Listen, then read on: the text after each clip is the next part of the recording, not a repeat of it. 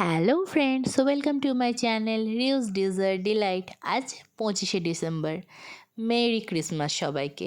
আজ ভিডিওটা একটু লং হতে চলেছে। এই যে দেখছো, আমার সোনা, আমার পুত্র সাত্বিক, ও আজ কেক বানাবো শুনে খুব এক্সাইটেড আর বলল নিজেই বানাবে। বললাম মাম্মা আমি তোমার সাথে কেক বানাই। আমি বললাম বানাও। এই যে দেখো, প্রথমেই বাটি নিয়ে বাটির মধ্যে তেল ঢেলে দিল। তারপরেই পাউডার সুগার যেটা ছিল, পাউডার সুগারটা ওই অয়েলের মধ্যেই দিয়ে দিল। দেওয়ার পর কি জানি কি মন হলো নিজের, বললো মা এবার এটা নাড়াবো। বললাম হ্যাঁ।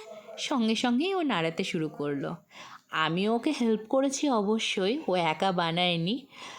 তো যেটুকু পারছিল ও নিজে করছিল, আর বাকিটা আমি ওকে একটু একটু করে দিচ্ছিলাম। তারপর দেখো এই যে দুধ ঢেলে দিল। ও বললো মাম্মা আমি কি দুধটা দেবো? আমি বললাম হ্যাঁ দাও। তো দিয়ে তারপর আবার মেশাতে শুরু করে দিল। এটা কিন্তু ওকে বলতে হয়নি, ও নিজেই করেছে।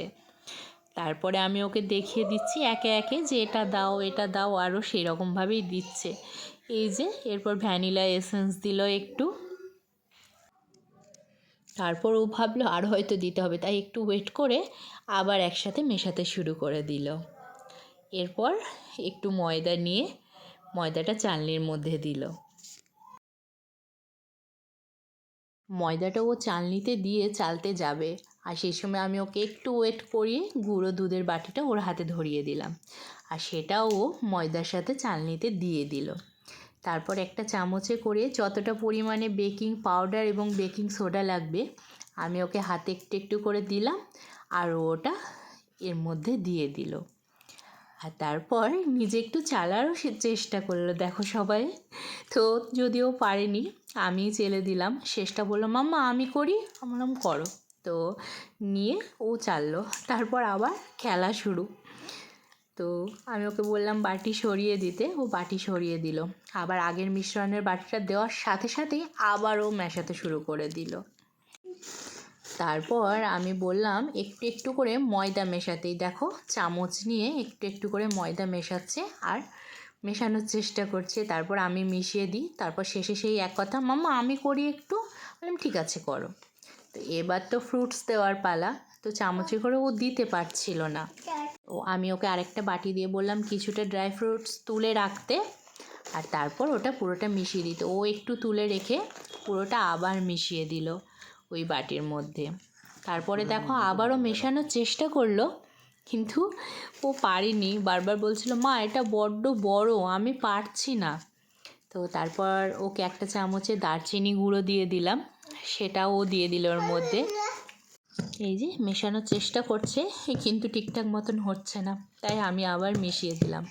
আর এরপর ক্যারামেল সিরাপটা ওকে দিলাম হাতে, ও সঙ্গে সঙ্গে ঢেলে দিল আমায় জিজ্ঞেস না করে।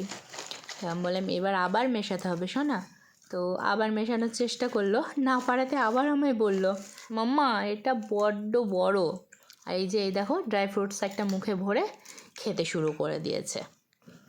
আমি বললাম সোনা হাঁ করে দেখাও, দেখালো। তারপরে এই যে নাটসগুলো সেগুলো ওর মধ্যে মিশিয়ে দিল।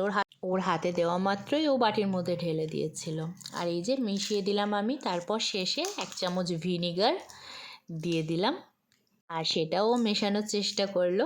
আমি মিশিয়ে দিলাম। তারপরে বাটিটা দেওয়া মাত্রই বলল মা এতে ঢালবো এবার? আমরা হ্যাঁ সোনা এতে ঢেলে দাও। বাটিটাও একা সামলাতে পারছিল না, তাই আমিও একটু ধরেছিলাম। তো পুরোটা ও পোর করেছে, এবং লাস্ট টাইম বললাম একটু এটা ট্যাপ করে দাও, ও সঙ্গে সঙ্গে একটু ট্যাপ করে দিল। তারপর এই যে ওপর থেকে দেওয়ার জন্য যখন আমি ওকে কাজু আর আমন্ড দিলাম, ও ভাবলো পুরোটা ঢালতে হবে, তাই ওকে দেখিয়ে দিলাম। এবং দেখিয়ে দেওয়া মাত্র আমি যে জায়গাগুলোতে বললাম ও একটা একটা করে নামিয়ে দিল। এই যে দেখো কি সুন্দর সাজিয়েছে। তারপর ড্রাই ফ্রুটসগুলো দিতে বললাম, কিন্তু ঠিকঠাক মতো দিতে না পারায় আমি দিয়ে দিলাম, এবং শেষে আরও ওকে 2-4টে দিলাম ওতে দেওয়ার জন্য। সাজানো শেষ হতে আমি ওকে বলাতে এই দেখো ওকে সাইন দেখিয়ে দিল। আর এই যে ওভেনে যাচ্ছে আমাদের কেক বেক হওয়ার জন্য। আমার সোনার আমার তৈরি কেক বেক হওয়ার জন্য ওভেনে চলে গেছে।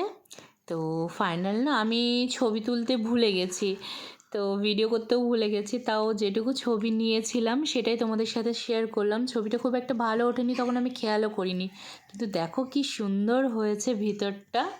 এর ভিডিও তোমাদের কেমন লাগলো অবশ্যই জানিও, একটু লাইক কমেন্ট করে দিও। Thank you.